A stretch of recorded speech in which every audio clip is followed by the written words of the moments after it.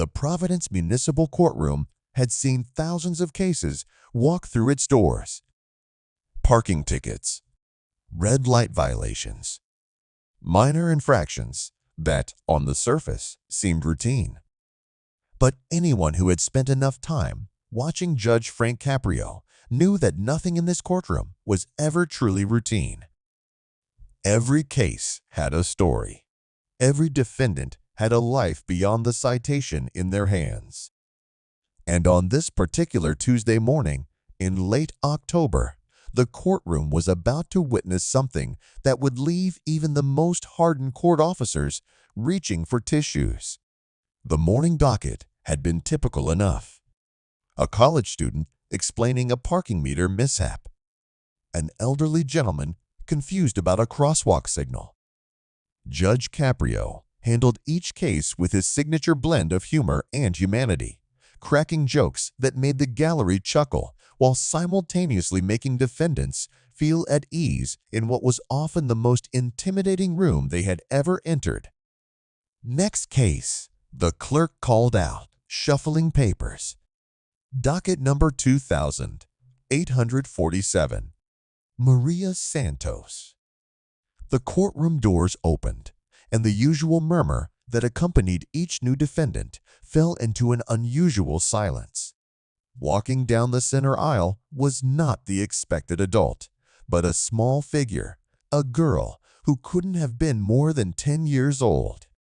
She wore a faded pink jacket 2 sizes too big, her dark hair pulled back in an uneven ponytail that suggested she had done it herself. In her small hands, she clutched a manila envelope like it was a lifeline. Behind her walked a woman who appeared to be in her 60s, moving slowly with the aid of a wooden cane. Her face was weathered but kind, and she kept one protective hand on the girl's shoulder as they approached the bench. The disconnect was immediately apparent. The name on the docket was Maria Santos, but neither of these individuals seemed to match the profile of a typical traffic violator. Judge Caprio leaned forward, his reading glasses sliding down his nose, as they often did when something captured his full attention. The seasoned judge had developed an instinct over his decades on the bench, a sixth sense for when a case was about to reveal something deeper than the paperwork suggested. That instinct was firing on all cylinders now. "Well," Judge Caprio said, his voice softening as he watched the pair approach, "good morning. Come on up here. Don't be nervous." The little girl looked up at the imposing bench, at the flags, at the formal setting that seemed designed to make adults feel small. Yet there was something in her eyes that wasn't fear, it was determination. A resolve that seemed far too heavy for shoulders so young to carry. Inspector Quinn, who had been reviewing the next set of cases, looked up from his desk with raised eyebrows.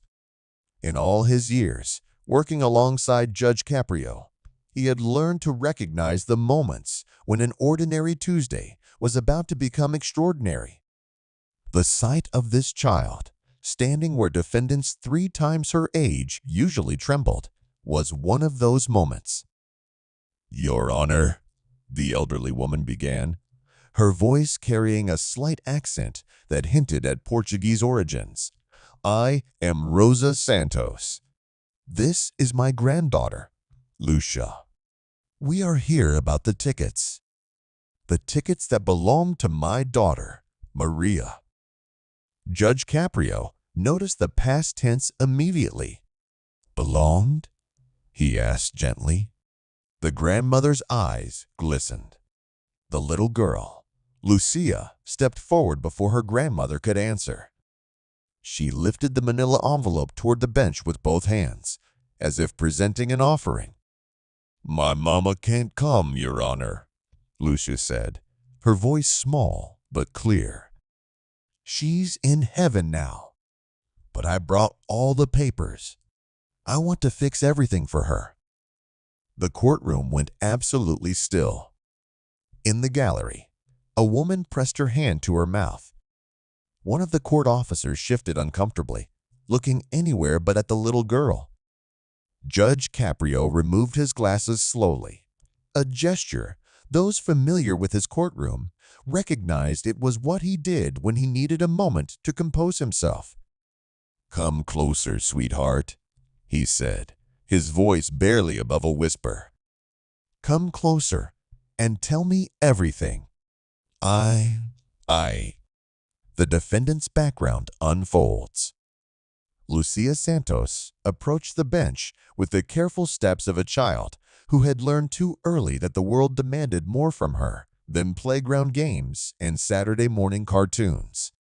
She handed the manila envelope to the bailiff, who passed it up to Judge Caprio. Inside were 3 parking citations, each one marked with increasingly urgent notices of non-payment.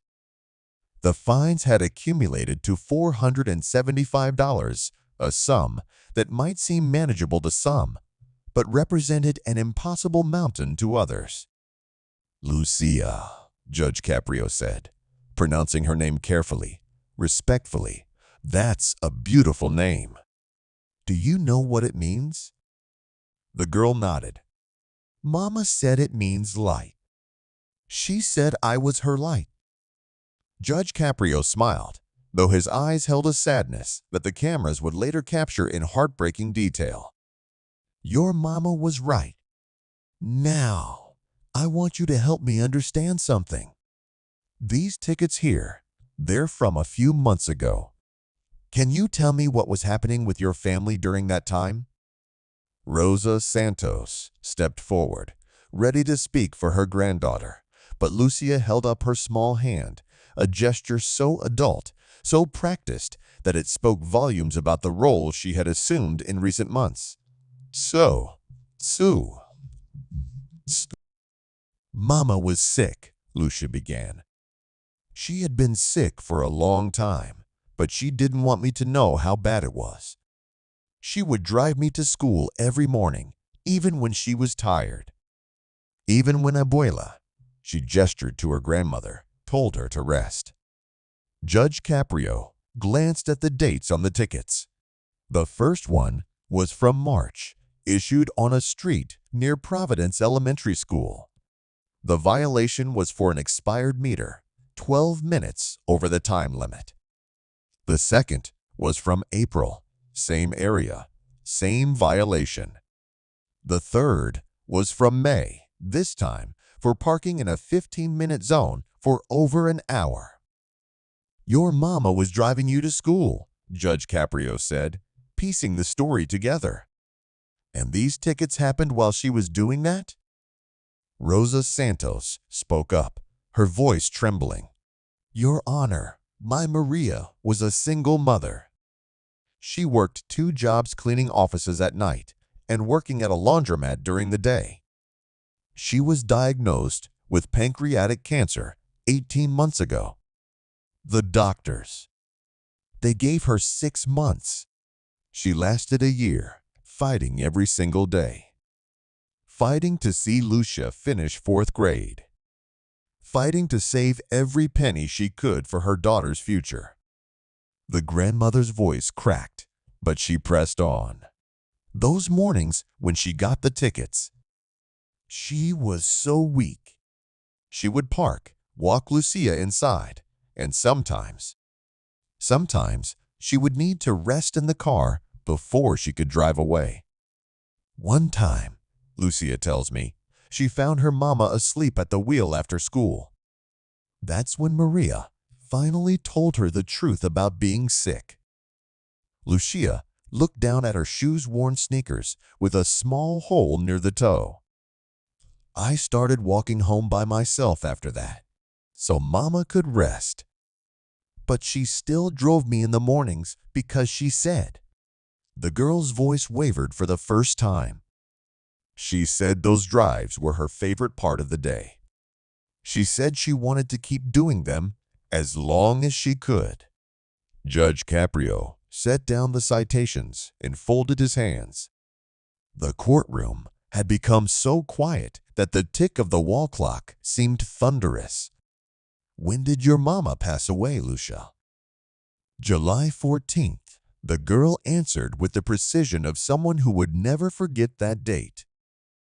It was a Sunday. Abuela says she waited for Sunday because Mama loved Sundays. That's when we would make pancakes and watch cartoons together. In the gallery, a man in a business suit discreetly wiped his eyes. A young mother held her child a little closer. The weight of this family story was settling over the room like a heavy blanket, making everyone present reckon with the fragility of life and the strength hidden within the smallest among us. Your Honor, Rosa Santos continued, we did not know about these tickets until 2 weeks ago. A notice came to Maria's address. They are threatening to put a warrant out to report to collections. We have no money. Everything Maria saved. It went to the funeral. What little is left, I am trying to use for Lucia's school supplies, for food. I am 67 years old. I have arthritis in both hips, and I can no longer work. But I will find a way to pay. I just need time. Judge Caprio held up his hand gently. Mrs. Santos, please. I'm not worried about the money right now. I'm worried about understanding. He turned his attention back to Lucia. Sweetheart, I have to ask you something, and I want you to be completely honest with me. Why did you come here today? This is a grown-up place with grown-up problems. Most kids your age wouldn't even know what a municipal court is. So why are you here? Lucia lifted her chin, and in that moment, she looked remarkably like the photograph Judge Caprio had noticed tucked into the manila envelope, a picture of a young woman with the same dark eyes and determined expression. Because my mama always told me that when you make a mistake, you have to face it, Lucia said. She said that's what brave people do. And Mama was the bravest person I ever knew. So I wanted to come here and fix her mistakes for her. Because she can't do it anymore. And because the girl's composure finally cracked, tears spilling down her cheeks. Because I don't want anyone to think bad things about her. She was good, Your Honor. She was so good. She just got sick. That's all. She just got sick. Caprio's emotional discovery. Judge Frank Caprio had presided over thousands of cases in his decades on the bench. He had heard stories of hardship that would break most people. He had looked into the eyes of defendants who had lost everything and those who had made terrible choices. He prided himself on maintaining composure, on being the steady hand that guided people through the often intimidating legal system with humanity and grace. But as he watched this 10-year-old girl defend her mother's honor through her tears, something inside him shifted. He reached for the box of tissues that always sat on his bench, placed there, not for himself, but for the defendants who often needed them. For the first time in recent memory, he took one for himself. Lucia, he said, his voice thick with emotion. Come here. Come closer to me. The girl approached the bench until she was standing directly below where Judge Caprio sat. He leaned forward, bringing himself as close to her level as the elevated bench would allow. I want you to listen to me very carefully, he said. Your mother did not make mistakes. Do you understand me? What I see in these papers. He held up the citations. What I see is a woman who is fighting a battle that most people can't even imagine. A woman who, even when her body was failing her, made sure her daughter got to school safely every single morning. That's not a mistake. That's love. That's heroism. Lucia's tears continued to fall, but her expression began to shift from anguish to something approaching relief. It was as if she had been carrying a weight, the weight of proving her mother's worth, and someone was finally offering to help her set it down. Judge Caprio turned to Inspector Quinn. "Quinn, what do you see here?" The inspector, a stoic man not known for emotional displays, cleared his throat. "I see a young lady with more courage than most adults I know, Your Honor. And I see a mother who deserves to be remembered for how hard she tried, not for 3 parking tickets." "That's exactly right," Judge Caprio said. He turned back to Lucia. "Now, sweetheart, I need to ask you something else. You mentioned that your grandmother can't work anymore. Who takes care of you while she rests?" Lucia glanced back at her grandmother, a look passing between them that spoke of shared burdens and unspoken arrangements. "I help Abuela," Lucia said carefully. "I make breakfast in the morning, usually cereal or toast, because I'm not allowed to use the stove by myself yet. I pack my own lunch for school. After school, I walk to Mrs. Patterson's apartment downstairs and do my homework there until Abuela wakes up from her afternoon rest. Then I help make dinner. Usually rice and beans, because that's what we have a lot of." The matter-of-fact way she listed these responsibilities made them all the more heartbreaking. This was not a child boasting about her independence. This was a child explaining her survival routine. "And school?" Judge Caprio pressed gently. "How are you doing in school, Lucia?" For the first time, a small smile crossed the girl's face. "I got all A's on my last report card." Mama always said education was the most important thing. She said if I studied hard and went to college, I could be anything I wanted. She said maybe I could even be a doctor and help other mamas who get sick.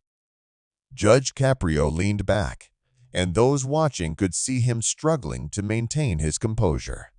His eyes were glistening openly now, and he made no effort to hide it.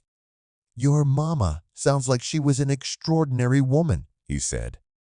"And you know what? I can tell she was, because look at the daughter she raised. Look at you, Lucia, standing here in a courtroom, advocating for your family at 10 years old. You know what that tells me? It tells me your mama did everything right. Everything." Rosa Santos had been standing quietly, letting her granddaughter speak, but now she stepped forward. "Your Honor, may I say something?" "Of course, Mrs. Santos." The elderly woman's voice was stronger now, bolstered by the judge's words. "My Maria came to this country when she was 22 years old. She had nothing but a high school education and dreams. She learned English by watching television. She got her GAD, then started taking night classes at the community college. She wanted to be a nurse. She was 2 semesters away from finishing her degree when she got the diagnosis."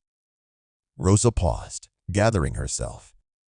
"When the doctor told her she had maybe 6 months, do you know what she did? She went to the college and asked if she could keep taking classes. They told her it wasn't practical," she said. Rosa's voice broke, and Lucia reached over to hold her grandmother's hand. She said she wanted to die as a nursing student because that meant she died still chasing her dream. The courtroom was no longer silent. It was filled with the sounds of people crying. A woman in the front row was openly sobbing. Even the court stenographer had stopped typing, her fingers frozen over the keys. "She kept going to class," Rosa continued, "until her body wouldn't let her anymore. That was in May, the month of the last ticket. She was so weak by then. But she still wanted to drive Lucia to school one more time. She said she needed to see her daughter walk through those school doors, needed to know she was okay. That was the day she fell asleep in the car. That was the day Lucia found out how sick she really was. Judge Caprio removed his glasses and pressed his fingers to his eyes. When he looked up again, there was no pretense of judicial detachment. He was simply a man, moved beyond words by the depth of one family's struggle and one little girl's courage. "Mrs. Santos," he said slowly, "Lucia, I've been doing this job for a very long time. I've seen just about everything you can imagine in this courtroom. But I have never his voice caught. I have never been more honored to have someone stand before me than I am right now." IV. The courtroom climax and twist. Judge Caprio took a deep breath, composing himself as best he could. The courtroom waited in hushed anticipation, everyone present somehow understanding that they were witnessing something rare and profound, not just a legal proceeding, but a moment of pure humanity breaking through the formal structures of the justice system. "Lucia," Judge Caprio said, "I want to tell you something. When I became a judge, I made a promise to myself. I promised that I would never forget that every person who comes into this courtroom is a human being with a story. Your story, your mother's story, your grandmother's story. These are the kinds of stories that remind me why I made that promise." He picked up the 3 citations again, looking at them as if seeing them for the first time. $475. That's what these pieces of paper say your family owes. But you know what? These papers don't tell the whole story. They don't say that your mother was fighting for her life. They don't say that she was driving her daughter to school even when she could barely stay awake. They don't say that she was a nursing student, chasing her dream until her last breath. Judge Caprio looked up at the gallery, at the cameras that recorded his sessions for public broadcast, at the court officers and clerks who had stopped their routines to listen. "These tickets are dismissed," he said firmly. "All of them. Completely. There will be no fines, no collections, no warrants, nothing. This case is closed." Rosa Santos let out a cry of relief, clutching her granddaughter. But Judge Caprio wasn't finished. He held up his hand to indicate he had more to say. "But that's not enough," he continued. "That's just paperwork. That's just the legal side. What this family needs is more than a dismissed ticket. Lucia, you told me you want to be a doctor someday. Is that right?" The girl nodded, still holding her grandmother's hand. "Your mother was 2 semesters away from being a nurse." She didn't get to finish. "But you know what? You can finish for her. You can carry that dream forward. And I'm going to help make sure you get that chance." He turned to his clerk. "Get me the contact information for the Providence Scholarship Foundation. And reach out to the Rhode Island College of Nursing. I want to speak to someone in their admissions office about setting up a scholarship fund in Maria Santos's name." The gallery erupted in murmurs of surprise and approval. This was beyond anything anyone had expected. Judge Caprio was known for his compassion, known for dismissing fines and giving second chances. But this was something else entirely. "Your Honor," Rosa Santos said, her voice breaking, "we cannot accept." "Mrs. Santos," Judge Caprio interrupted gently, "with all due respect, this is my courtroom, and I can do what I believe is right. And what I believe is right is that Lucia Santos deserves every possible chance to become the doctor she dreams of being. What I believe is right is that Maria Santos's memory deserves to live on through opportunities for others. And what I believe is right. He paused, his voice catching again. What I believe is right is that sometimes the law needs to be about more than tickets and fines. Sometimes it needs to be about justice in the truest sense of the word. He looked at Lucia, and his expression softened into something paternal, protective.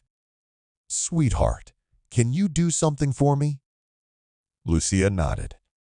"Can you promise me that you're going to keep getting those A's?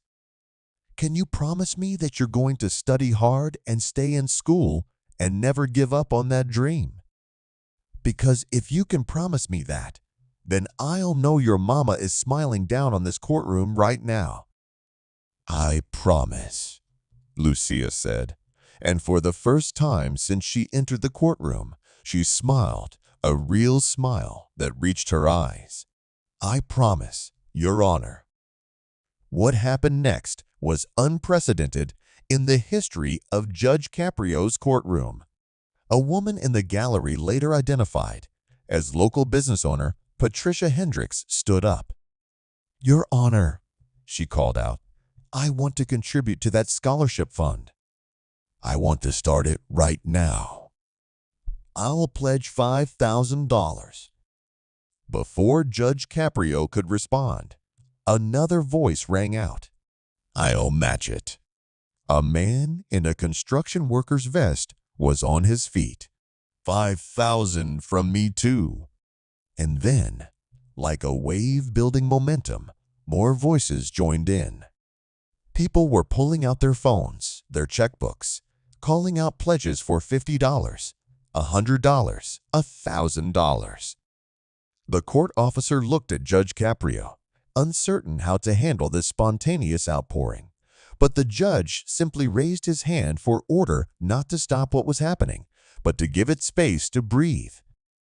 Hold on," he said, but his voice was warm, even amazed. "We're still in session here." He looked out at the gallery, at the faces of strangers moved to action by one little girl's courage. This is what America is supposed to be about. This is what humanity is supposed to be about. Strangers helping strangers. A community coming together for a child they didn't know existed an hour ago. He turned to Lucia, who stood frozen in amazement, watching as total strangers pledged money to help her future. "You see this, Lucia?" Judge Caprio said, his eyes bright with tears he no longer tried to hide. "You see what you did? You came in here to defend your mother's honor, and you ended up reminding all of us what really matters. You came in here as a defendant's daughter, and you're leaving as an inspiration to everyone in this room." Lucia looked up at the judge, then at her grandmother, then at the crowd of people who had risen to their feet, not in protest, but in solidarity. And then the dam broke. The little girl, who had been so composed, so brave, so impossibly adult in her handling of this impossible situation, finally let herself be a child. She burst into tears, not tears of sadness, but tears of relief, of gratitude, of a burden being lifted from shoulders far too small to carry it alone. Rosa Santos pulled her granddaughter close, both of them weeping as the courtroom applauded. Court officers who had spent years maintaining stern expressions were wiping their eyes. The stenographer had given up entirely on keeping a record and was openly crying at her station.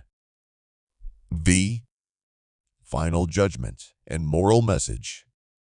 Judge Frank Caprio let the moment breathe.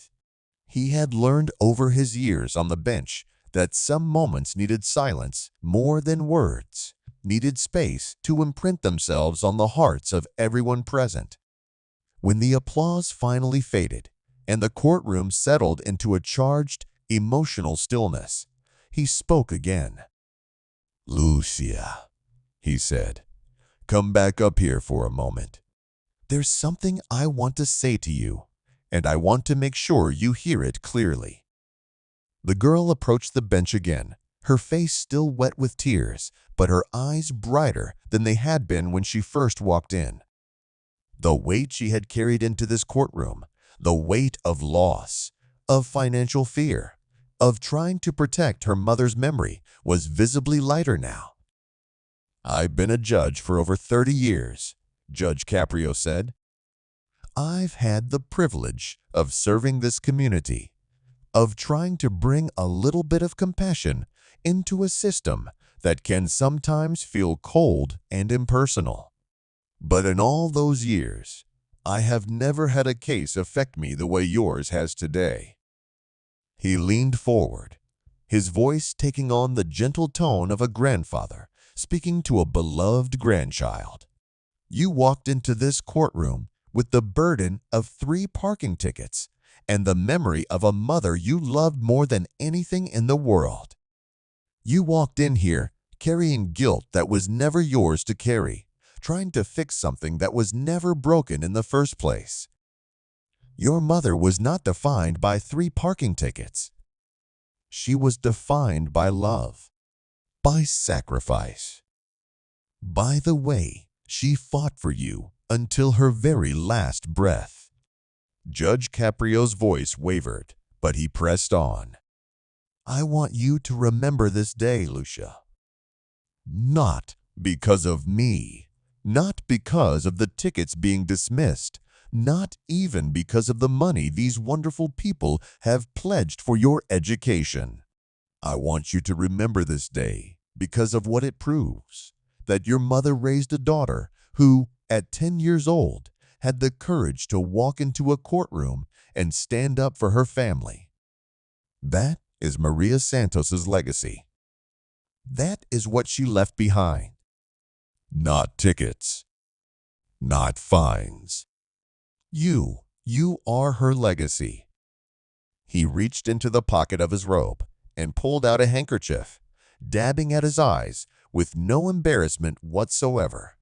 This was who Judge Caprio was, a man unafraid to show his humanity, unafraid to let the world see that justice and compassion were not opposites but partners. "Mrs. Santos," he said, turning to the grandmother, "you've been given a sacred responsibility. Raising this incredible young woman. I know it's not easy. I know you're struggling. But I want you to know that you're not alone. This community," he gestured to the gallery, where people were still standing, still wiping tears. "This community sees you. We see your sacrifice. And we're going to make sure that Lucia has every opportunity she deserves." Rosa Santos bowed her head. "Thank you, Your Honor. Thank you. My Maria. She would be so grateful. She always said this was a good country, full of good people.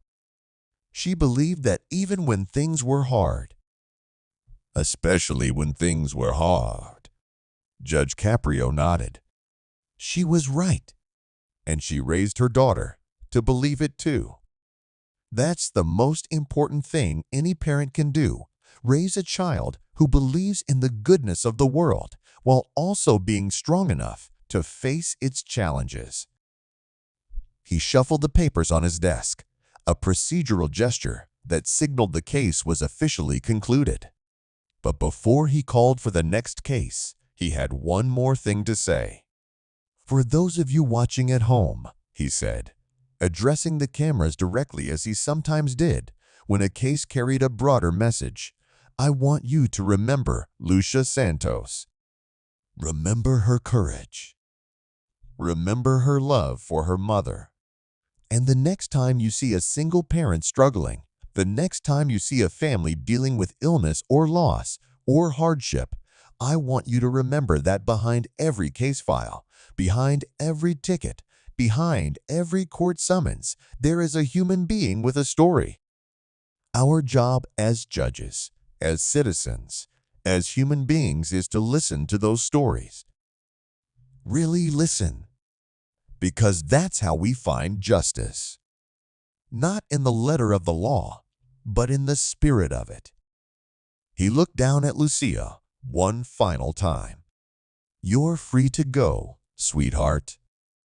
Go home with your grandmother. Go back to school. Keep getting those A's.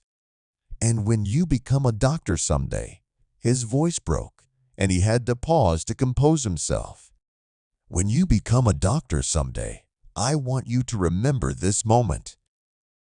Remember that there were strangers who believed in you before they ever knew your name. And then, when you're able, pay it forward. Help someone else the way people helped you today.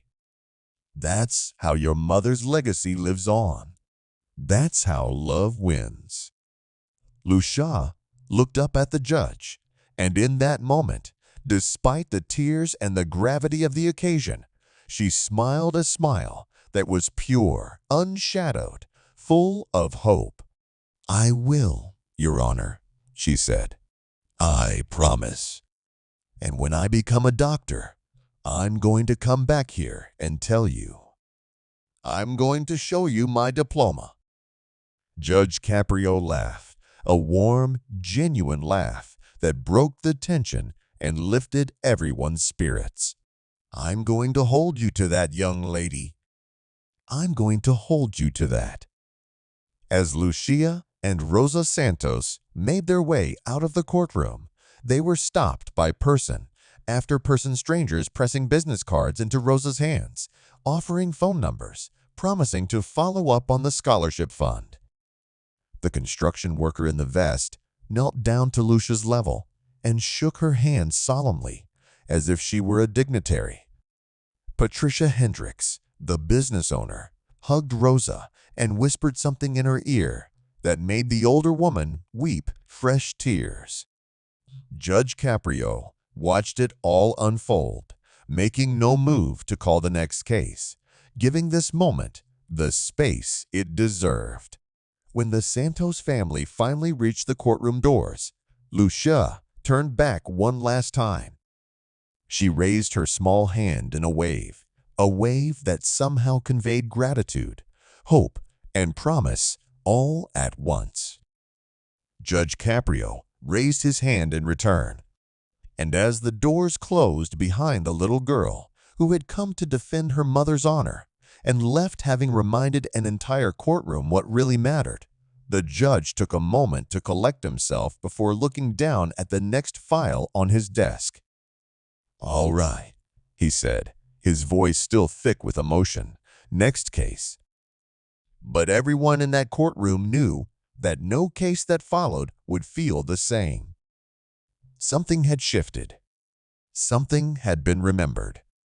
In a world that too often emphasizes punishment over understanding, judgment over compassion, that Providence Courtroom had become, for one extraordinary morning, exactly what a courtroom should always be, a place where justice and mercy walked hand in hand, guided by the courage of a 10-year-old girl and the wisdom of a judge who never forgot that behind every case there is a human being waiting to be heard